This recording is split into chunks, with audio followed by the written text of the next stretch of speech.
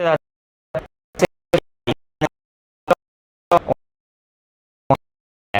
खराब चीज हो जाए। ऐसे समझिए, जाते हैं, बात बहुत कुछ सीखने को मिलता है।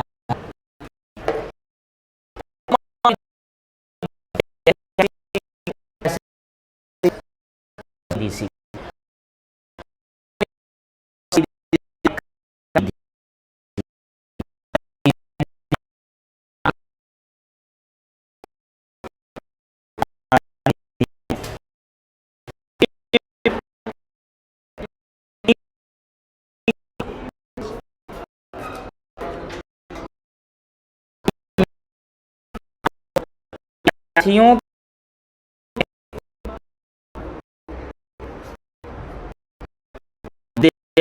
को विद्यार्थियों के सामने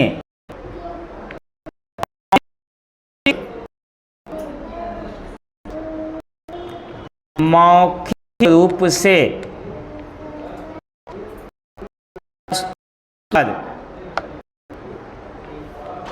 प्रस्तुत कर विषय के उद्देश्य को विषय विशेष के उद्देश्य को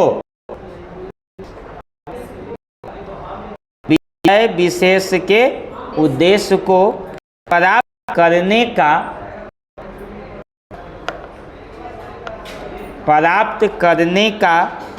प्रयत्न किया जाता है।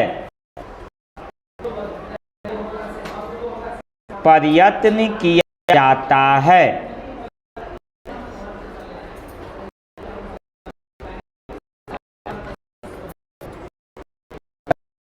का प्रयत्न किया जाता है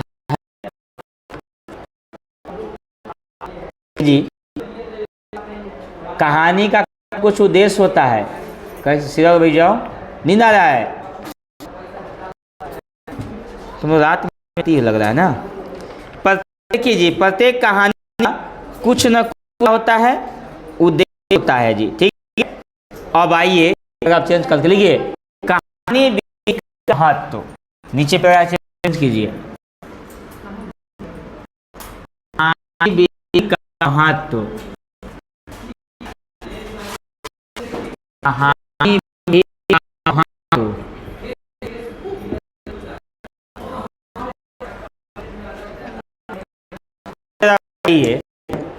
सुनने में फायदा होगा, बच्चा में मनोरंजन होता है काम, दूसरा शिक्षा मिलती है, तीसरा उसको सीखने को मिलता है,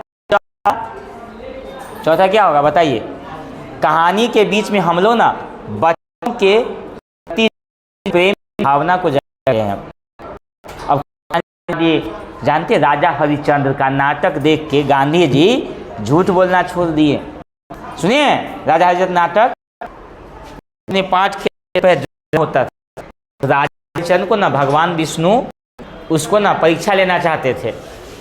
सब राजा से कंगाल हो गया वो, तो उसका बेटा ना क्या बोलते हैं, उसकी पत्नी बेटा घर से गया। ये जो है शमशान में मुर्दों को जो है जो नहीं है, तो एक बार तो मर गया, तो दफनाने के लिए वहां पे गया। तो ये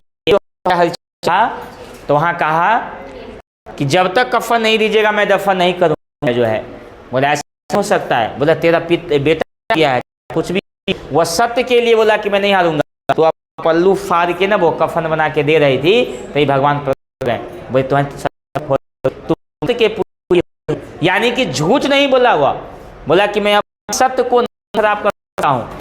तब से जो है वह सत्य ही नहीं है। राजा वो जो है परीक्षा ले उसमें जो नहीं है, तो जाओ जब तक ये धरती रहेगा तेरा नाम रहेगा राजा सत्य हरिश्चंद्र। और महात्मा गांधी बचपन में नाम देखे तो वह सत्य करना शुरू कर दिए, सत्य और अहिंसा। तो बताइए ये कहानी देखें, ये नाटक देखे तब नाम तो लिखिए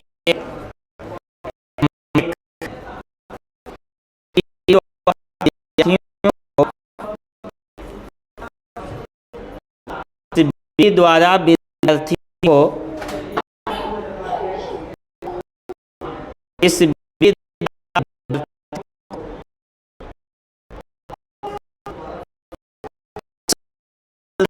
किया जा सकता है।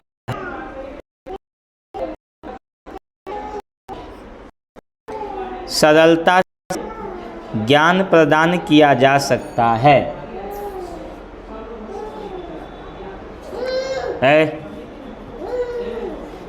दूसरा,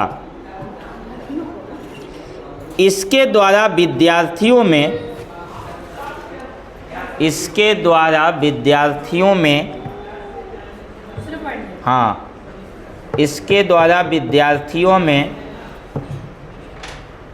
उत्तम नागरिक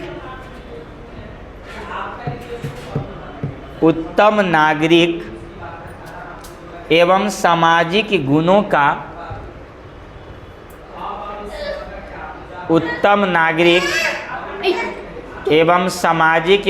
का विकास होता है।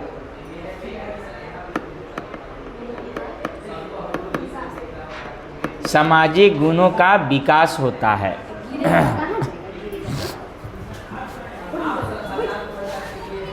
सभी लोगों को यहाँ पे कहानी तैयार करना होगा, कई को यहाँ आपको सुनाना होगा, सबको यही कर ले रहेगा। अपना कहानी तैयार कीजिएगा।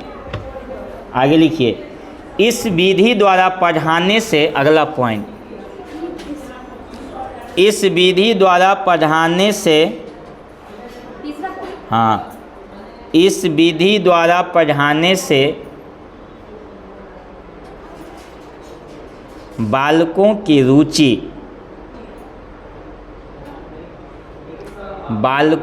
रुचि एवं जिज्ञासा पाठ में बनी रहती है। जिज्ञासा पाठ में बनी रहती है। अब चौथा पॉइंट में लिखा जाए। चौथा पॉइंट, इस विधि द्वारा विद्यार्थियों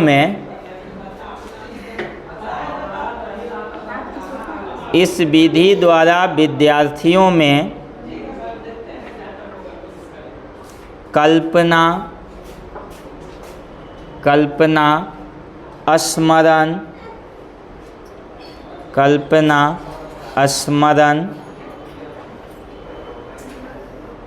एवं चिंतन शक्तियों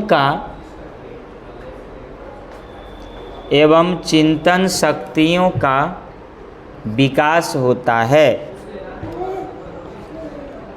चिंतन शक्तियों का विकास होता है।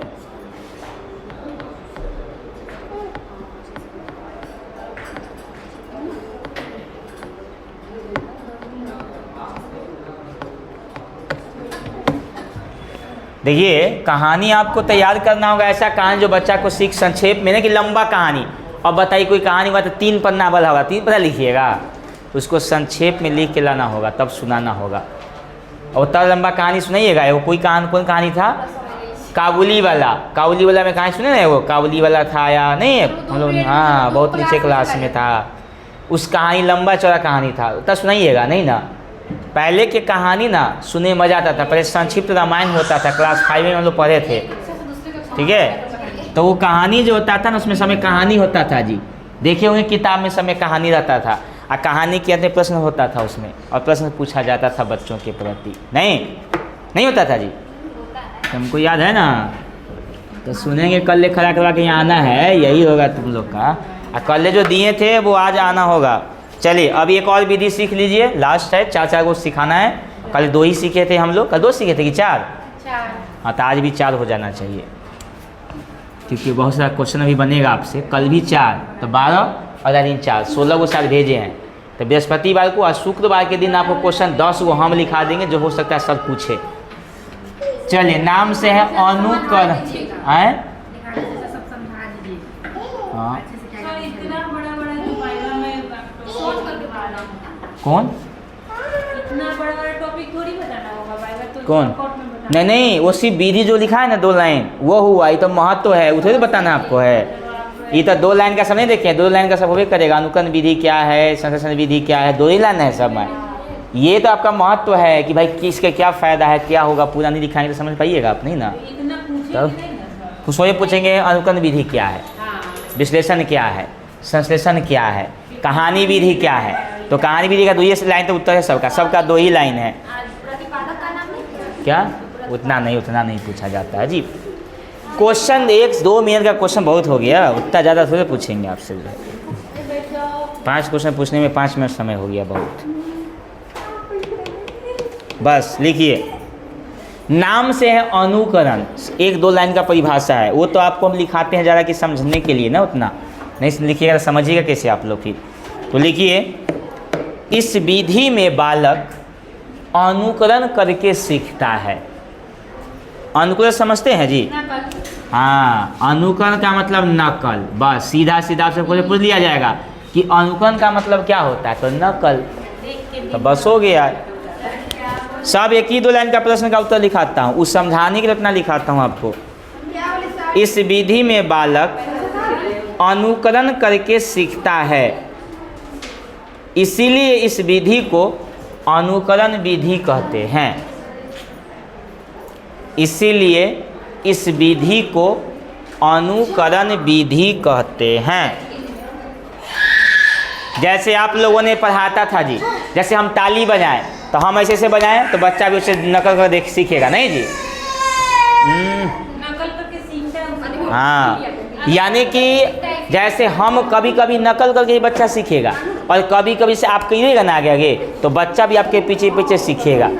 जैसे कुछ आगे हम ताली बजा दी तो कोई बच्चा देखा ना, कोई बच्चा को देखें, छोटा बच्चा के घर में होगा तो देखिएगा। अगर आपके गांव में अगर कोई नाटक हो या कोई नहीं होता हो, पूजा वूजा हो ना, तो बच्चा भी देखिएगा वही करेगा, उसी करेगा। अगर कोई देखेगा ताली बजाइएगा 4-5 बार आप, तो देखिएगा कभी छोटा बच्चा कभी अपने आप ताली बजाने लगेगा, कभी कभी ऐसा होता है ना। उसी को बोलते हैं अनुकरण विधि, यानी कि उस विधि उसके पीछे सीखना, अनुकरण नकल करके सीखना जो है। कभी कभी नहीं देखते वैसा क्या, तो हम भी वैसा करेंगे। कहानी सुनिए, बचपन में एगो गधा था, सुनिए।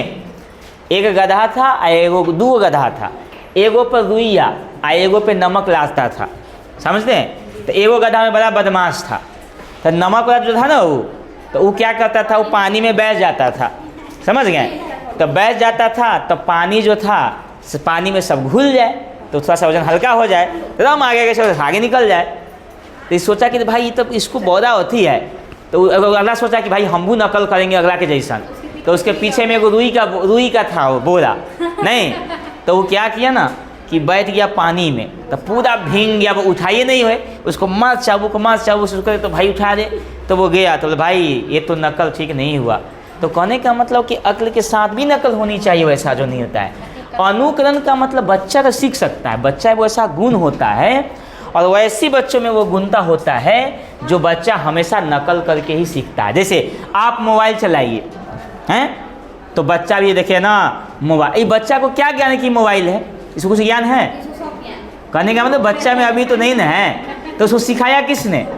हम लोगों ने नहीं, हम ही सिखाया जी कि बाबा मोबाइल है, हम चलाएं तो बच्चा देखा, तो बच्चा को देखा वो पिक्चर है, जन्म लेता है, माँ बाप उसको मोबाइल सुनाए, बच्चा सुना, बच्चों को अच्छा लगता है ये संगीत है, तो कल से बच्चा भी देख लेता है उसमें जो नहीं है। तो कहने का मतलब यही तो अनुकरण है ना, नकल करेगा वो आपका जो है कि नहीं? तो जैसे जैसे आप कहिएगा वैसे वैसे बच्चा ही करेगा, कहने का मतलब, ठीक है? तो ये 4 विधि है, कल आपको 2 बना के लाना है, कोई कल 2, ठीक है? चलिए जो बना के लाए हैं एक एक करके आप आइए और अपना परफॉर्मेंस दीजिए। चलिए कल फिर 4 विधि पढ़ेंगे, 4 दूनी 8 विधि हम लोग पढ़ लिए हैं, ये 8वां विधि के चलिए आइए, उसी को आप आइए, आप लाए हैं, आइए। सबसे पहले कैसे आगमन हो गया, निगमन हो गया, विश्लेषण हो गया, खेल हो गया, प्रश्नोत्तर हो गया, कहानी हो गया, अनुकरण हो गया, व्याख्यान हो गया, कलेमारिया, समस्या, डाल्टन और प्रोजेक्ट। 1 2 3 4 5 6 7 8 9 10 11 12 14 गो है जी। कल ये 4 गो देखेंगे, परसों 2 गो देखेंगे, और उसके बाद जो है कुछ क्वेश्चन हम लोग देखेंगे। चलाइए। TLM भी होता है, टीचिंग पूछ देंगे TLM का फुल फॉर्म बताइए। नर्सरी का हिंदी में क्या कहते हैं, याद है ना? नर्सरी कितने नामों से पुकारते हैं, लिखाए भी थे आपको। साइकोलॉजी का मतलब क्या होता है, चाइल्ड साइकोलॉजी क्या होता है, एजुकेशन साइकोलॉजी क्या होता है, एजुकेशन क्या होता है, तो सब पढ़ाए हुए हैं सब उसको। चलिए वो शनिवार ये सब फ्राइडे को जितना सर दे दिए ना इतना चीज़ को आप लोग को आगे उसे चीज़ को कुछ प्रैक्टिकल करके बताना होगा आपको। चलिए पहले क्या है उसको बताइएगा। हाँ तो एग्जाम्पल के माध्यम से समझाना, वो तो आप लिखिए ना सोझे कि निगमन आगमन क्या होता है। हाँ तो आप समझाइए बोर्ड पे बच्चों को कैसे पढ़ाना है। अब बना के नहीं लाए हैं? हाँ क्या है तो फिर तो वो कंप्लीट नहीं हुआ तो फिर कैसे सीखेगा? एक दो आदमी बना के लाइएगा तो फिर ये कोई अथी का नहीं हो गया उसमें। बताइए उसको। हम लोग जानेंगे आगमन विधि क्या होता है और निगमन विधि क्या होता है। तो आगमन विधि का जो जनक है वो अरस्तु है और निगमन विधि का भी जनक अरस्तु ही है। और आगमन विधि का डिफिनेशन होता है कि इसका समझिए सिंपल सा उदाहरण, मतलब कि उदाहरण के नियम की ओर चलती है। जैसे कि पहले एग्जाम्पल होता है इसका और बाद में मतलब कि इसका डिफिनेशन जाना जाता है। और निगम में इसका पूरा विपरीत होता है। इसमें पहले नियम हम लोग जानते हैं, उसके बाद हम एग्जाम्पल जानते हैं। आगमन विधि में जो होता है कि इस विधि में जैसे हम पहले उदाहरण लेते हैं, उसके बाद उस उदाहरण के साथ अपना अनुभव दिखाते हैं, उसके बाद प्रयोग करते हैं और अध्ययन करके तब उसका नियम निकालते हैं। जैसे कि किसी भी चीज़ को हम शुरुआत में एग्जाम्पल लेते हैं, जैसे कि हम एक एग्जाम्पल लिए कि पेड़ है, ठीक, और ये पेड़ है तो हम बोलेंगे बच्चों को कि पेड़ हरा होता है। तो ये सभी बच्चे जानते हैं कि पेड़ हरा होता है। तो जैसे कि हम ये उदाहरण दिए तो ये पेड़ है, इसके पेड़ मतलब कि बच्चा अपने मन में अनुभव करेगा कि पेड़ कैसा होता है नहीं होता है।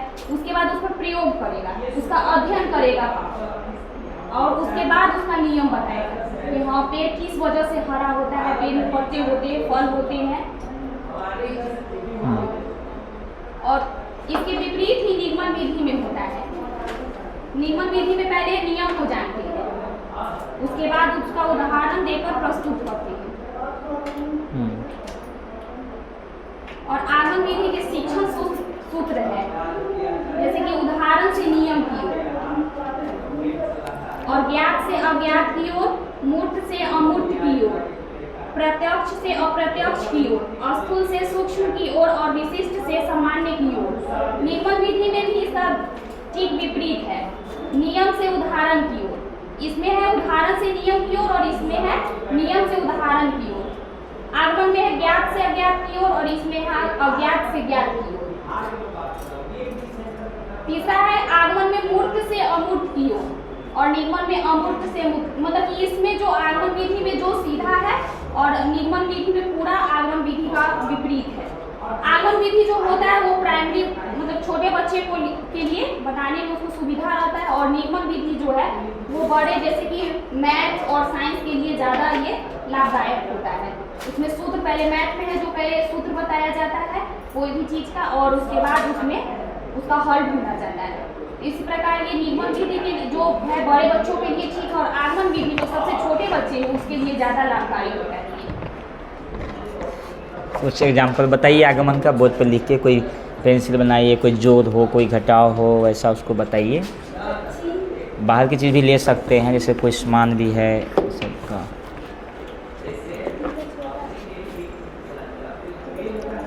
और कौन बनाए हैं प्रोजेक्ट? आप बनाए हैं? अभी नहीं बनाए हैं तो आप ऐसे अगर समझाना होगा। आप नहीं बनाई? नहीं, तुम तो नहीं आई थी, तुम आई थी ना, बनाई नहीं? बनाई तो कैसे? आज दिए हैं से बना के कल आना है 2 गो, तो याद करोगी तब ना, कैसे सिखाओगी उसमें जो है।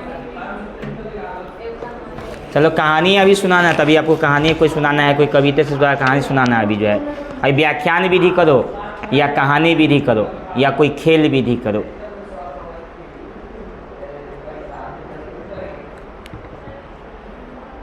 देखिए ना कि खेल खेल से बच्चे को सिखाना होता है, नहीं खेल करता है बच्चा सीख जाता है। जैसे कि हम लोग पहले जानते हैं आगमन विधि का। आगमन विधि ये मतलब बच्चों को ये बताएंगे कि ये एक फूल है और ये दूसरा फूल है, तो दोनों ये एक है और ये एक है, दोनों को जोड़ेंगे तो 2 होगा। तो आगमन विधि में इस तरह से हम बच्चों को बताएंगे। और जो निगमन विधि होता है उसमें पहले ही बोल देंगे कि 1 और 1 2 होता है। एक एग्जाम्पल और बताती हूँ।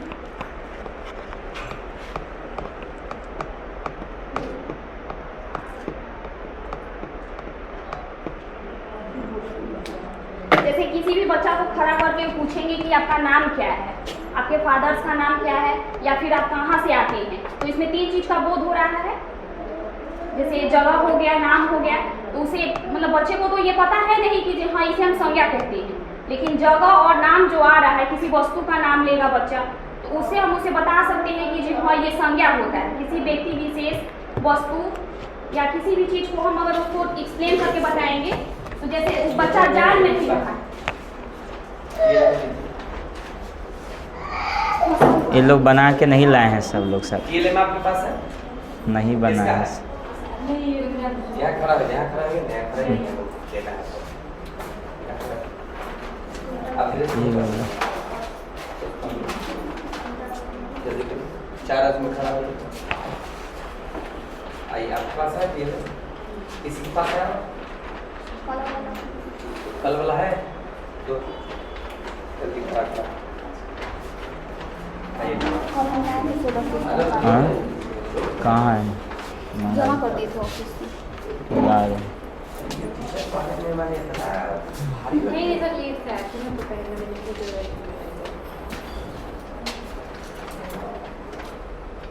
खड़ा हुई मैम, आप भी चल रहा है।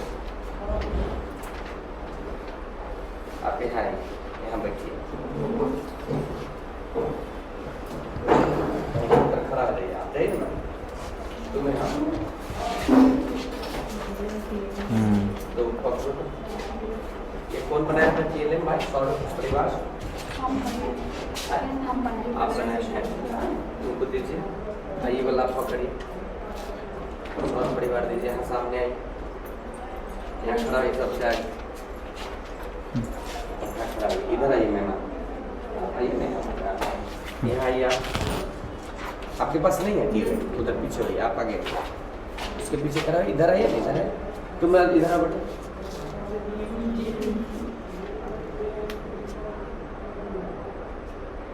चेहरा देखना चाहिए, बीच में गड़बड़ा जाएगा।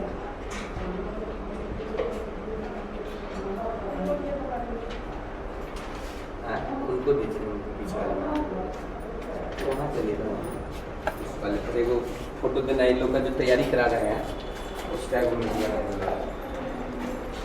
तो खड़ा हो गया, 100 रुपये वाला बीच में रहेगा, 5 रुपये। तो करे क्या? चलिए आप चलिए तो आइए। कछुए वाला कुछ कहानी ना, कविता वही सुना के कहानी क्वेश्चन पूछिएगा। हाँ बच्चों को कहानी सुनाइए और कहानी के बाद बच्चों से प्रश्न भी पूछना है। इस कहानी में क्या कौन पात्र थे, इस कहानी से क्या शिक्षा मिलती है, इस कहानी किसके विषय में ना, ये सब चीज़ होनी चाहिए। चलिए बच्चा सुनाइए कहानी। आज मैं आप लोगों को एक कहानी सुनाती हूँ, ठीक है। एक प्यासा कौवा था। ध्यान दो इधर, ये बाद में करना। ये जो पूछे कुछ प्रश्न तुम्हीं से पूछा जाएगा सबसे पहले। एक कौवा बहुत ही प्यासा था, वो उड़ रहा था वो पानी के खोज में, लेकिन उसको पानी मिल नहीं रहा था। परिश्रमी कौवा था, तो उड़ते उड़ते वो देखा कि ये घर में पानी है, पानी बहुत थोड़ा सा था। तो उसमें वो कौवा अपने सोच से, अपने दिमाग से उसमें ये सोचा कि पानी को ऊपर कैसे लाया जाए, ठीक है। तो उड़ते उड़ते उसने ये सोचा कि इसको इस पानी में अगर कुछ चीज़ को रख दिया जाए तो वो पानी ऊपर आ जाता है।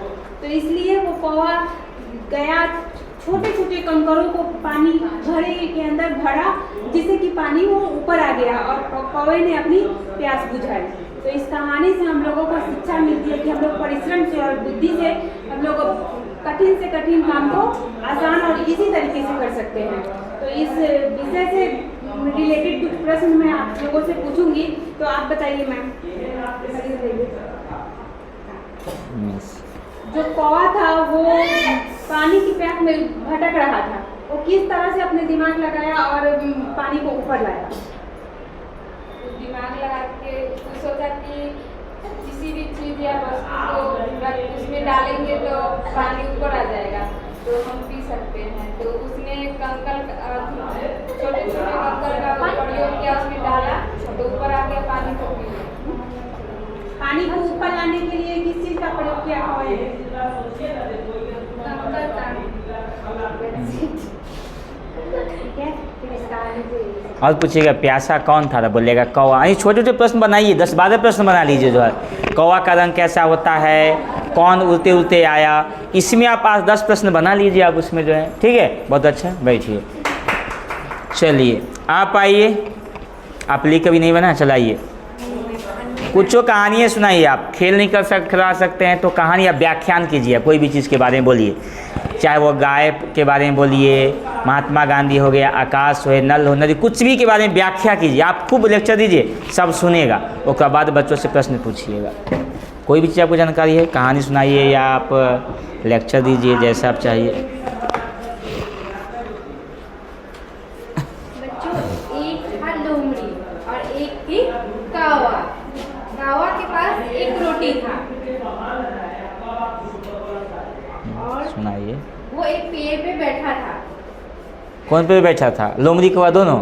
नहीं, तो बोलिए। लोमड़ी पेड़ के नीचे बैठा हाँ था। तो ऐसे बोलिए ना। हाँ। और लोमड़ी को लगी थी भूख और उसको चाहिए था कौवे की रोटी। अपने हंसीएगा तो फिर बच्चा नहीं सुनाएगा, आपको बाद में वो चीज़ें करना है। कि हम इस कौवे की रोटी को कैसे खा सकते हैं। तो लोमड़ी ने कहा कि कौवा, तुम बहुत मीठा बोलती हो, तुम बोल के बताओ। तो कौवा अपनी तारीफ सुनकर खुश हो जाती है और वो काव काव करने लगती है। तो उसकी रोटी जाके लोमड़ी के पास गिर जाती है और वो लोमड़ी लेके उसको चक्कर हो जाती है। तो वो बच्चों इस कहानी से हमें क्या शिक्षा मिलती है? आप बताइए, किससे खराब है पूछिए, किसी से पूछिए ना। इस कहानी से हमें क्या शिक्षा मिलती है?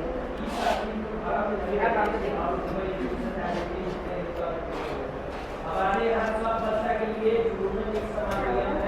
इस कहानी से हम लोग क्या समझ आते हैं? चलिए आप बताइए। इस कहानी से शिक्षा मिलती है कि हम दिमाग लगा के भूखे हैं तो उसका बड़ाई करके किसी तरह उसका मतलब चीज़ या रोटी उसको किस तरह हम मतलब कि बुराई करके किसी का। वो शिक्षा मिलती है कि वो एक लोमड़ी कैसे अपना खाना खा सकता है। और ये दूसरे में ये शिक्षा मिलती है कि कौवा कि हमें किसी की भी झूठी तारीफ में नहीं खुश नहीं होना चाहिए और ये सोचकर अपना नुकसान नहीं करना चाहिए। हमें सच्चे और झूठ का फर्क करना आना चाहिए। चलिए चलिए आप आइए, क्या करें? आप आइए। आप कोई खेल एक्शन करिए, कोई भी चीज़, अनुकरण विधि आप कीजिए। अनुकरण आप कुछ कहिए और उसके पीछे पीछे सब लोग करेंगे, उसको अनुकरण विधि बोलते हैं, नकल करना। अनुकरण विधि पर कुछ सुनाइए, बाकी साहब के पीछे पीछे बोलिएगा तो अनुकरण विधि हो गया।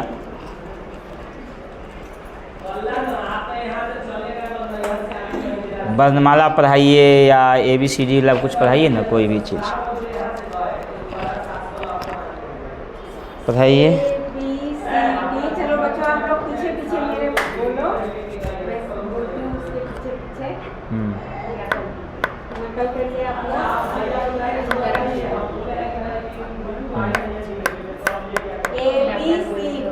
ABCD in the morning action से कीजिए। In the morning brush your teeth.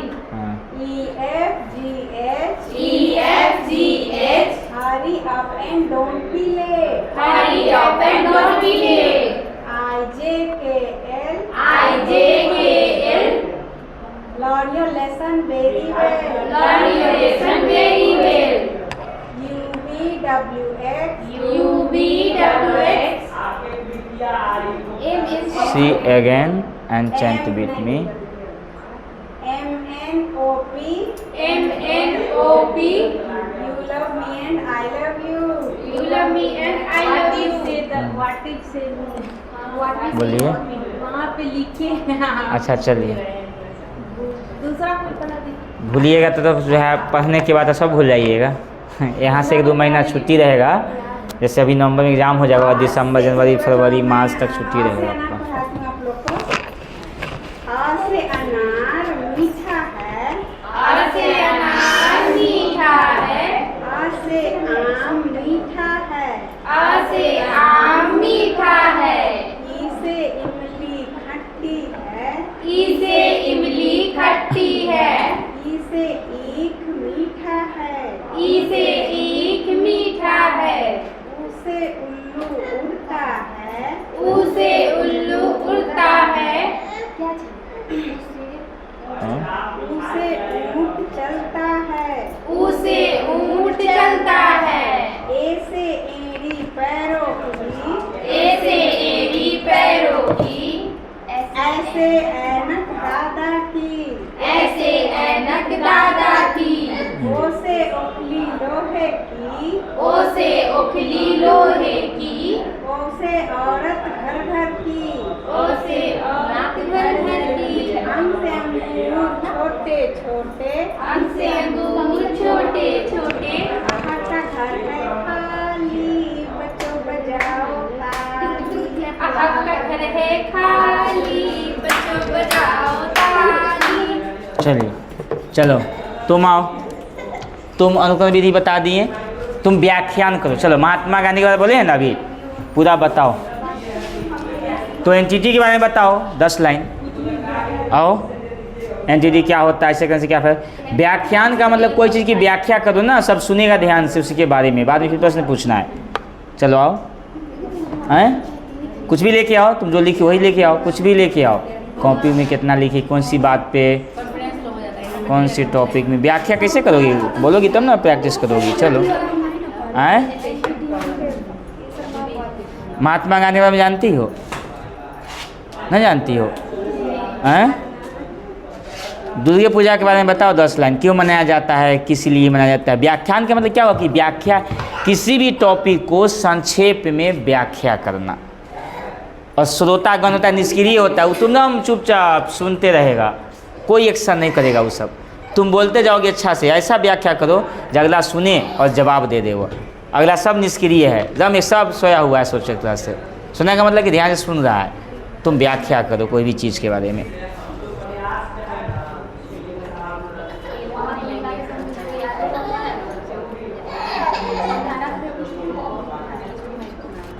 ये सब लिखी है।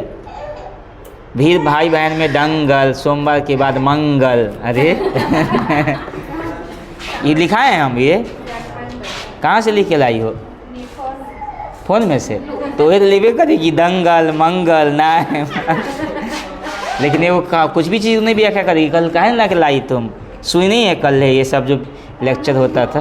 आज तो मोबाइल नहीं देखती है, इसमें जो वीडियो जाता होगा से। अरे वीडियो नहीं डलाता है, नहीं डलाता है ग्रुप में, तो कहती है कि हम नहीं देखते हैं।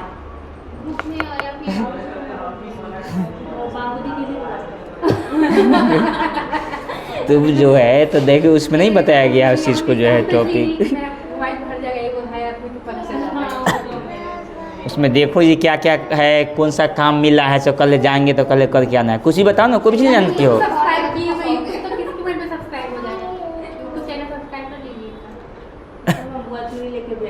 क्या चीज़ के बारे में बोलोगी, बोलो। महीना के बताओ, ये कौन महीना में कितना दिन, कौन महीना में कितना 31 थी, यही बता दो। एक साल में कितने महीने, कौन से महीने कितना, ही बताओ। आज महीनों के बारे में बता दो। चलिए ध्यान से सुनिए, चलिए ये बता रही है, आज व्याख्या कर रही है महीनों के बारे में। चलो बोलो बच्चों, हम आज सिखाते हैं आप लोग को महीना, साल। एक साल में होते हैं 12 महीने, एक साल में होते हैं बच्चों 365 दिन। जब लीप ईयर आता है तो 366 दिन होता है, एक दिन बढ़ जाता है। जनवरी में 31 महीना, फरवरी में 28 या 29 दिन होता है, मार्च में ये दिन। बताओ इसी के बारे में, यही जानकारी बच्चा को हो जाएगा। अरे बोलो ना, ये तो वही तो बताएं, तो महीना के बारे में बोलना है इसको। व्याख्या करो ना, कैसे सीखोगी तुम? व्याख्यान करना होगा, व्याख्या करके बताओ।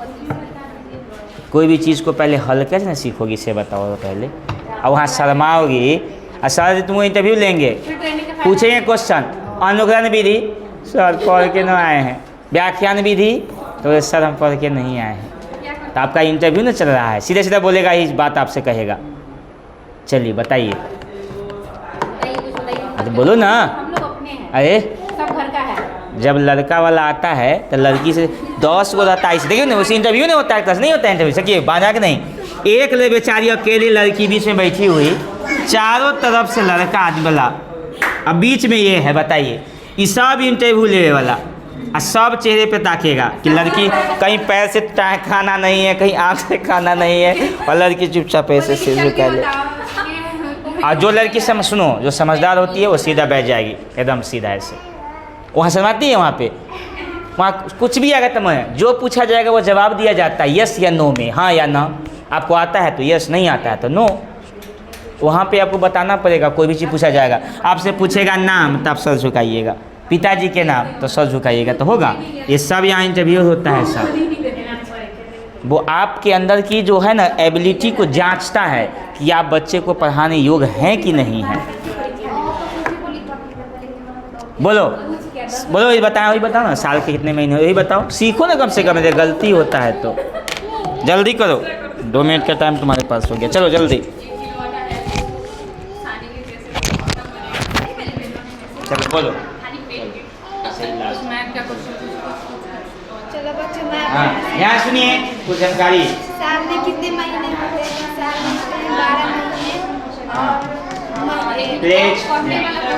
साल में कितने हाँ, दिन ध्यान होते दिए। हैं? 365 दिन होते हैं। हाँ और जनवरी महीना में होते हैं कौन दिन, कितना दिन? 31 दिन। एगो ठीक समझियो, ये अंगूठा पे सुने इधर, जब 31 आए तो ये ऊपर उठा हुआ, जनवरी, फरवरी, मार्च, अप्रैल, मई, जून, जुलाई, और फिर अगस्त 31, सितंबर, अक्टूबर, नवंबर, अभी कथी है, अक्टूबर है, 31 चलेगा, तो नवंबर, दिसंबर, 31। तो बच्चों जिस पे ये आएगा ना, इस पे गिनती, यह 31 होगा। सिर्फ फरवरी में 28 या 29 दिन का होता है। एक दिन जब बच जाए तो बच्चों साल में 4 साल में एक बार लीप ईयर आता है, जो 28 या 29 दिन का होता है। बताओ कौन ऐसा प्रधानमंत्री है जिनका जन्मदिन 4 साल में एक बार आता है? अपने भारत के प्रधानमंत्री है, जानती है? उनका 29 फरवरी 1896 का जन्म हुआ था। बता सकती हो कौन है? हैं? नहीं जानती हो? वो है मोरारजी देसाई, जिनका 4 साल में एक बार जन्म होता है। बताओ, उनका 4 साल में आएगा जन्म। तुम 48 साल के हो तो 12 बार जन्म मनाएंगे, और तुम 48 बार मना चुकी हो, बेचारे 22 बार मनाएंगे वो। वही है, देखो सर, मोरारजी देसाई है, उन्हीं का जन्म है इस पर, ठीक है। तो ये बात बताना होता है। अब कल तैयार करके आना है सभी लोगों को, ठीक है। प्रोजेक्ट बना के लाइएगा कल से जो है पूरा।